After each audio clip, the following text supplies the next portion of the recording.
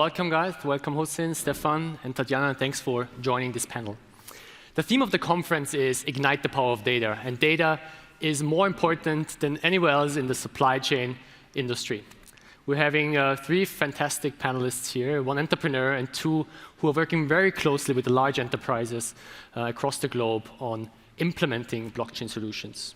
I want to start with you, Stephan.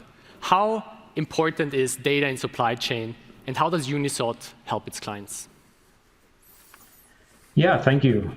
So data is very important, and we need to make global supply chains more efficient and for all more sustainable.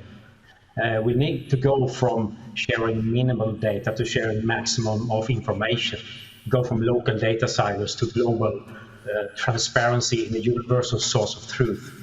And that's exactly what UNISOT are providing to all the actors in the supply chain. Lovely.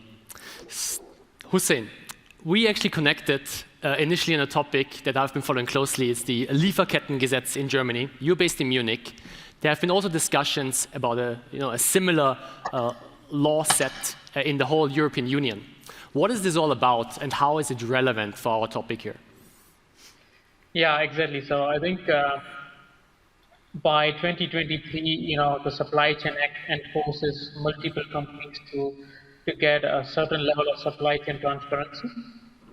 And I think it incorporates multiple industries as well as, touches on the areas of human rights, good governance, as well as, the transparency or the sustainability, what we call. And I think since last mid of the year, I would say there has been a tremendous interest from the companies, especially, in retail and in pharma and in automotive industries, where they want to really understand how can we be more transparent in terms of sustainability, practices they are putting on. Also, how they're sourcing some of the ethical, sourcing in an ethical manner, right, from the provenance or the end of the supply chain. And I think as the Lieferkettengesetz of the supply chain enforces, there would be tremendous demand, by 2023 and onwards, I think, on this topic. Yeah. Tatjana. I can only second it. Yes. What has been your experience? The due diligence of companies that are really forced to do something, and I have several projects, one, for example, in the textile industry. And we know textile industry has a bad reputation when it comes to sustainability as well, like a lot of water consumption, child labor, and stuff like that. So this is really something, this supply chain law that's coming, that really forces companies as well to look back not only one tier, but as well the whole supply chain, which is going to make a big change in the industry as well. So we're talking about the regulatory pressure. How much pressure do you see from consumers? Huge, and I think it got reinforced through COVID, that people want to know where the stuff comes from. Sometimes, and I think you have to distinguish as well between nutrition. And the nutrition, for example, when it comes to baby food, people are really eager to know where the baby food comes from because it's for the children. Other things are less, but more and more we see that companies and consumers, they want to know where the stuff comes from, and they are willing as well to pay more. So really many stakeholders paying attention increasingly to the, where the ingredients come from, how was it produced, under which standards. And it seems like consumers are also willing to pay a premium for having this transparency. So Husen, maybe back to you. Where do you see the advantages of blockchain versus distributed ledger technologies or database solutions? So I mean, in terms of, when we look at the supply chain, the killer use case or the best use case is provenance, right? And when we compare towards, the database, what you're highlighting, I think blockchain doesn't replace the existing, database or, the existing solution. It's a complementary. And more we see, blockchain as connecting the dots, right? So we are connecting and collecting data from different systems across the value chain to have a single source of truth, basically, and also enable the provenance for a specific product, or an article, or even at a different levels, right, from container or pallet or at a specific item level. Yeah. Right. And you, Stephan, with UNISOT, you build on the BSV blockchain. Why did you choose BSV? Yeah, so I know from my 20-year experience from working on enterprise applications that when you build something like this, you need a blockchain that has enterprise capabilities, and that is the scalability. It has to be very scalable, do many 10,000 of transactions per second at least today. It has to be very secure, and it has to be stable, and of course cost efficient. And today, when we are looking at different blockchain, or when we looked at different blockchains before we decided here, we saw that there is only one blockchain that actually provide all of these characteristics, and that is the Bitcoin SV blockchain. Have you looked at others? Absolutely, yeah. Of course, we started looking at Ethereum, but very quickly saw that it cannot scale, it's unsecure. We looked at Hyperledger, of course, we looked at VeChain, we looked at EOS, all of the blockchains out there we looked at, but when you take these characteristics with scalability, security, and stability, we simply didn't find any other that could provide this functionality for our enterprise supply chain management system. No, I appreciate that. Tatjana, IBM obviously has its own proprietary product suite, and we've just heard about Hyperledger, which has been fairly successfully distributed.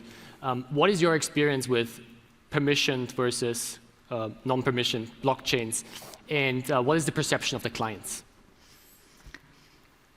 One thing that I always get, and quite often people think they know what blockchain is, but when you talk with them, they actually still don't know. So the first thing I always get is like, oh, no, it's not good. It's high energy consumption. And again, when I talk with sustainability managers, this is obviously a big deal, right? That's something they don't want to introduce then into the company. I personally think the way forward is going to be a hybrid solution. There might be some areas where it makes sense to have a private permissioned blockchain, and others that makes perfect sense to have an open permissionless blockchain. When it comes to an advantage I would see there is, for example, the network effect, where when an open blockchain, it's one net, it's easy to operate, to get on. And it's as well an advantage in terms of the infrastructure. You already have something there that you can, reuse compared to the rebuild, I would say. And it was actually IBM, right, that had already opened up to open source development with the acquisition of Red Hat not so long ago. So that, I think, was already shaking up the industry a bit and showing us which direction might be everyone should watch closer. Husen, can you share this experience? Yeah, I can only second what Tatjana said, right? So I think, well, if you look at the front runner companies, right, they're exploding at the moment, both, I would say, just to understand, what are the benefits and how which is a sweet spot to play around, and also developing the hybrid solution as well as the interoperability, right? That is really the topic which is coming in the next 2 to 3 years, right? That how we can enable those, because as Tatjana mentioned, there are some areas where private makes sense, and then there are some areas where public makes sense. Yeah, I just wanted to quote an example. For example, in the supply chain itself, for Provenance as a case, and then when you look at the trade finance is very much ecosystem driven, right? And when we talk about the Provenance, which we need to customize according to client requirements or company's requirements, there would be different. So there would be no one platform where we say we'll cater really end to end, and this is where we need to really play around with the solution and see how we can work with the hybrid solutions. So. Right. Any thoughts from you, Stephan, on permissioned versus kind of a public blockchain? Yes, absolutely. I am of the strong opinion that there exists no such thing as a permissioned blockchain. A blockchain is, per definition, a public time-stamped record. And if it's not public time-stamped, it's simply a database, a replicated database. I think the big misunderstanding that most people have is that because it's a public blockchain that all the information is public, but it's not. It's just like the internet we have today. We have a public internet that everybody can access, but at the same time, on that public internet, we are connecting to our banks and hospitals and so on by secure communication, secure top layer systems. The same with the public blockchain. Now, we are using a public blockchain, but of course, all the information on top of that, the business layer, is permission, and all information is very securely encrypted in that business layer. So I think that's the big misunderstanding that people have. Husen, we've already heard some concerns of the clients are privacy. Is my data public? How do you address that? Yeah, so I think that is one of the major concerns when we speak with the companies, right? That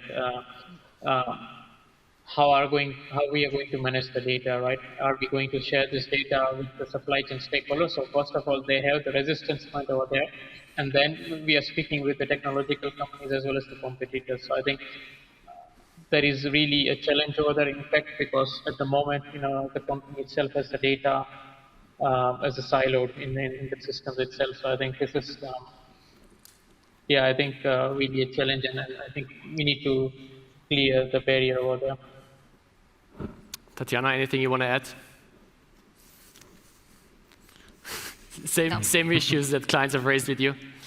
Same things, exactly. And again, the other thing is the sustainability that I already mentioned. These are really two disadvantages, perceived disadvantages of an open blockchain, I would say. Yes. Yeah. So this is something that I think about quite a bit, because I'm speaking to large enterprises and obviously the ventures and startups we have in the BSV ecosystem.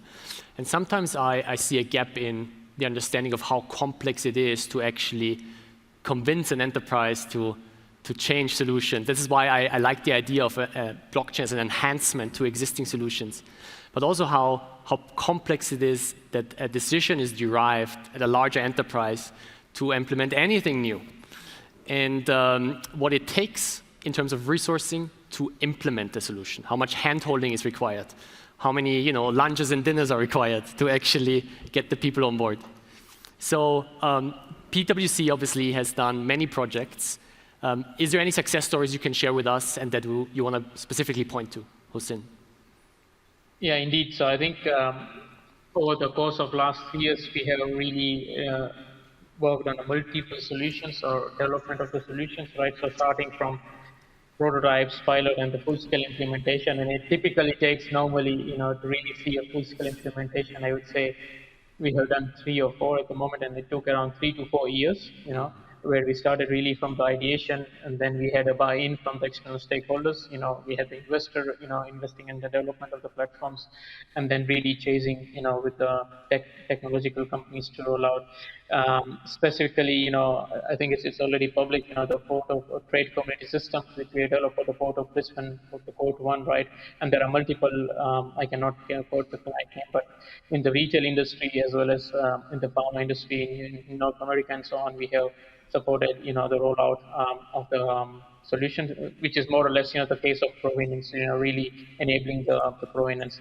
And in case of, the trade community system, what we are discussing, the case blockchain is really a part of the solution. So over the course, we started as a blockchain project, and then we realized, it's really not a blockchain project, but we need to develop a complete ecosystem out of the community. So we integrated IoT, AI, analytics, and then understand what are really the business problems across the time. So we had to move around a little bit to understand what is really the bottleneck, and then how we can chase it. And ultimately, blockchain is a piece of technology which brings trust, as well as the data time stamping, basically to ensure that whatever is there is immutable and secure and stays in that ecosystem, basically, in a secure manner. I mean, supply chain concerns every industry, but Husen, is there any specific industries that you see kind of, being the leaders? Yeah, indeed. So there is a trend, of course. I think we have done till now projects in more than 10 industries, but the clear front runner from our perspective, we do the projects is more or less in retail, pharma, and also, of course, automotive here in Germany. Yeah. Got it. But don't you find that what I thought is astonishing, because from a use case perspective, pharma, healthcare, public sector is like predestinated. I mean, there's a lot of great use cases, but I feel that these industries are still relatively slow. It might be because of the regulations and all GDPR and all the stuff, but I see as well, and I would agree with you that retail, they really caught up in the supply chain, and I think as well partly because they do realize they have to do the due diligence. But pharma and public sector I would have expected actually even more. And I see the difference between, I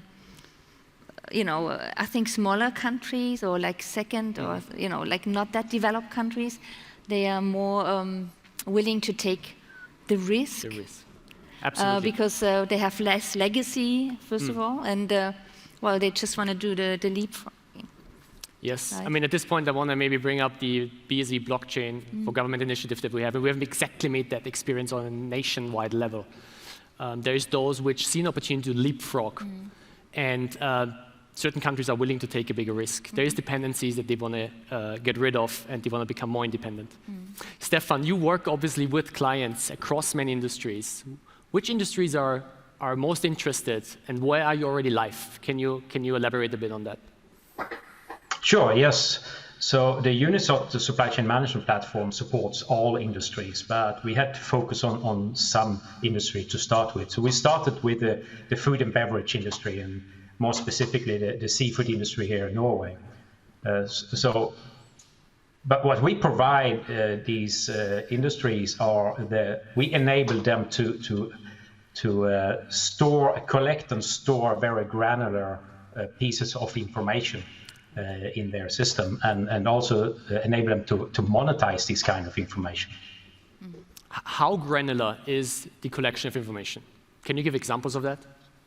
Yes, of course. So because we are using this blockchain, which is very, very cost efficient, and where we can do nano transactions down to hundreds of a cent, we enable our customers to store and also sell and buy information down to like one temperature or one location in a truck or in a warehouse, and the customers can then buy and sell that piece of information. And that's a big difference between many other blockchain solutions that I have seen there, where you have a very high cost of storing like one transaction, and where you put together a lot of information into one block of information in the blockchain, while we on the other side then in the BSV blockchain can split up information in small pieces. Very interesting. Husen, to what degree does PwC collaborate with technology providers? So as we see ourselves more as an ecosystem drivers, right? So we as a consultants more or less, try to connect the companies and really bring this ecosystem play. And we normally work definitely with all the technology providers, right? So depending on the specific use case, and then the startups, or startups or the technology giants, who are really specializing in the specific use case of the industry, we try to work with them and to develop the platform jointly. Yeah. And you're based in Germany. Is there also any initiatives by PwC how you kind of foster this ecosystem, get more developers jumping on board? Is there anything you do? Yeah, so we started last year, really on a holistic offering where we really, brought all the different lines of business at PwC, together, where we start really not only from strategy and the use case definition, but we also have now, the programmers, basically what we call it is a service delivery center. So we have in India and China and US, where we really also, help to develop the UI, because most of the company really focus on development of the blockchain platform, but we then focus also on developing the UI and the middleware, basically to really foster the development phase. And also then additionally to the advisory consulting, we bring, the risk and regulatory consulting and audit business. So we have the solutions which support, auditing of the platform which we have developed, as well as, risk and compliance which goes on that, and according to the industry standards we need to do. So we have now brought all this together. in addition to that, we also have the deals part, right? So if some company is interested in acquiring some of the solutions and so on, so we do also the due diligence of that and so on. So I think now we have brought all the pieces of offering together specific to blockchain. Yeah. Perfect. Being formerly a PwC fellow, I appreciate it's really a one-stop shop. Tatjana, how about collaborations for IBM? I appreciate you have your own product suite, but is IBM willing to look at external solutions, and if so, how do you typically collaborate? I mean, I work for IBM Services, and we are looking at other. It's always about problem seeks solution, solution seeks problem, right? And I'm here to help my clients to find solutions for their problems and whatever is best, what technology is best for them. Right. So you act also as an advisor, but also as an implementation partner?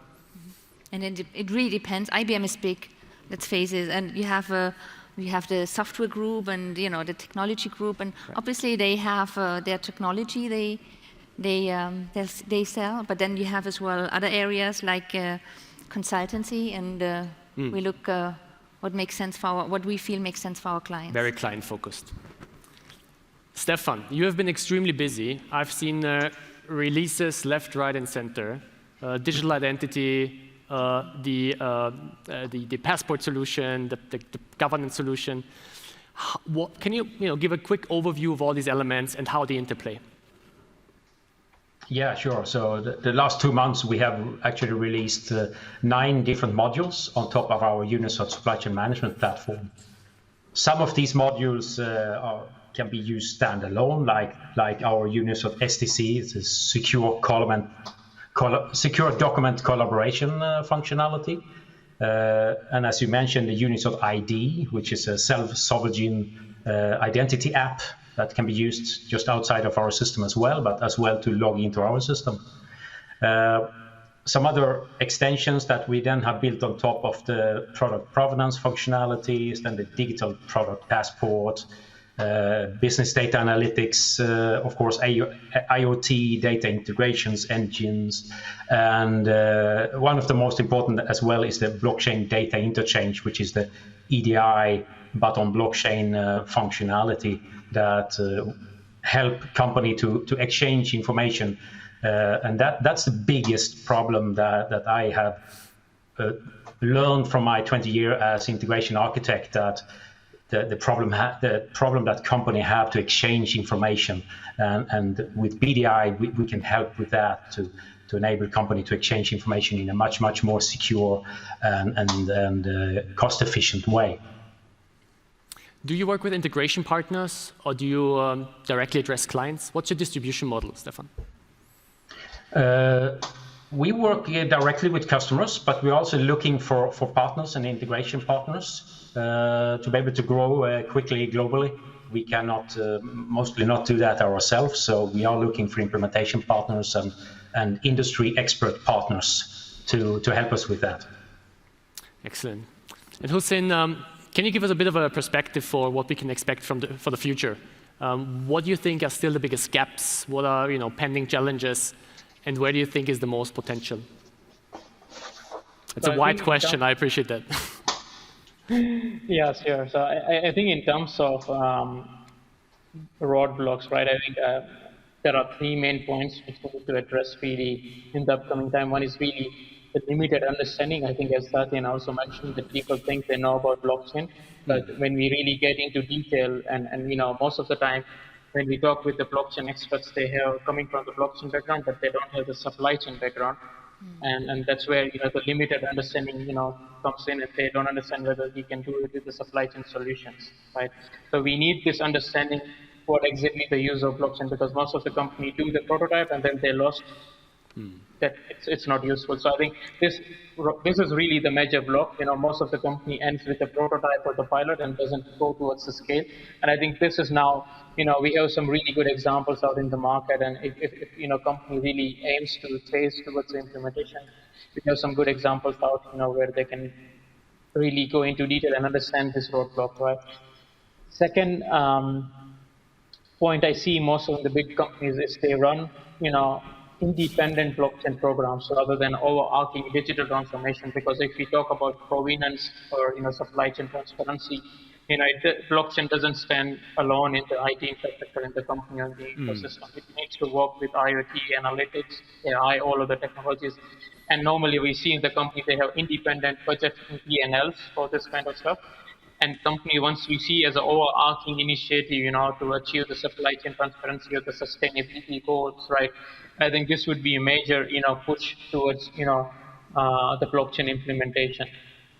And then last but not the least, I think we already raised, is really about changing the mindset, right? So not really limiting in terms of data sharing with, your supply chain stakeholders and your partners and so on. And I think this, if we tackle these three, I think we will have really a huge boost in the upcoming time. Yeah. What's your take, Tatjana? Changing the mindset. I can give you an example. I had 4 years ago, a meeting with 4 or 5 big retailers from Germany. Boy, you could feel the tension in the air there. So it's, what I want to say is, it's still, quite difficult really for companies to work together. And this ecosystem, like we say, like from competition to competition, really working together, because to solve an industry problem, this is nicely said, but it's still really difficult to implement, to really change it here. So it's a bit the corporate culture problem. It is. That's the culture what Husen just mentioned, right? Because people are still, they want to protect their little garden, and I don't want to talk with my competition. You never know. Maybe it's not secure. Maybe he can see my data. So. I hear you. Stephan is also nodding. You agree? Absolutely. Tatjana is completely on point here that you have a lot of different companies in a supply chain, and many of them are, even if they're working together, they are also competitors. So they don't want to share any and all information. So that's why this public blockchain is so important. It's just a back-end layer that everybody can connect to. And what we see often with as you call private blockchain and DLTs and so, is that number of companies has to create their own organization together, and that's very, very hard to do. And that's the reason why the public blockchain is important. So we can include all and everybody in the supply chain, and not only the big Walmart, Coca-Cola, and the big multinationals, but by having a public blockchain that are very cost efficient, we can also involve the smallest farmer and fisherman to a small shop here in Oslo, for example, to be included in this supply chain and both give information and get information from the rest of the supply chain. And that makes the supply chain more efficient, and by that more sustainable. And that is one of the most important things that we need to do now to get more sustainable and more efficient in the best technical way. Yeah, very well put. I think a publicly accessible, scaling, and cheap infrastructure to send data is something that is available to everyone, so everyone can become entrepreneurial and start building today. And with this, I also just want to hint that we do have an online education program. It's called Bitcoin-SV.academy. There's a lot of free online content, tutorials, and certificates that you can acquire. So we encourage people building. And if you have interest in developing solutions internally at your enterprises, I really encourage you to talk to Husen, Stephan, and Tatjana. I've made great experience with them so far and very good exchanges. So I thank you all for being here today and contributing to this panel. And I really hope that Stephan and Husen, I'm going to meet you at the next conference, but then in person. Looking forward to that. Thank you so much. Looking forward. Thank you. Thank you. Data is double-edged. Wield it well and build your place in tomorrow. But trust it blindly and risk watching your progress crumble. Because much of the data we rely upon isn't reliable at all. At nChain, we believe in data, but we put no faith in it. Instead, we build tools that enable enterprises to trust the data upon which they rely.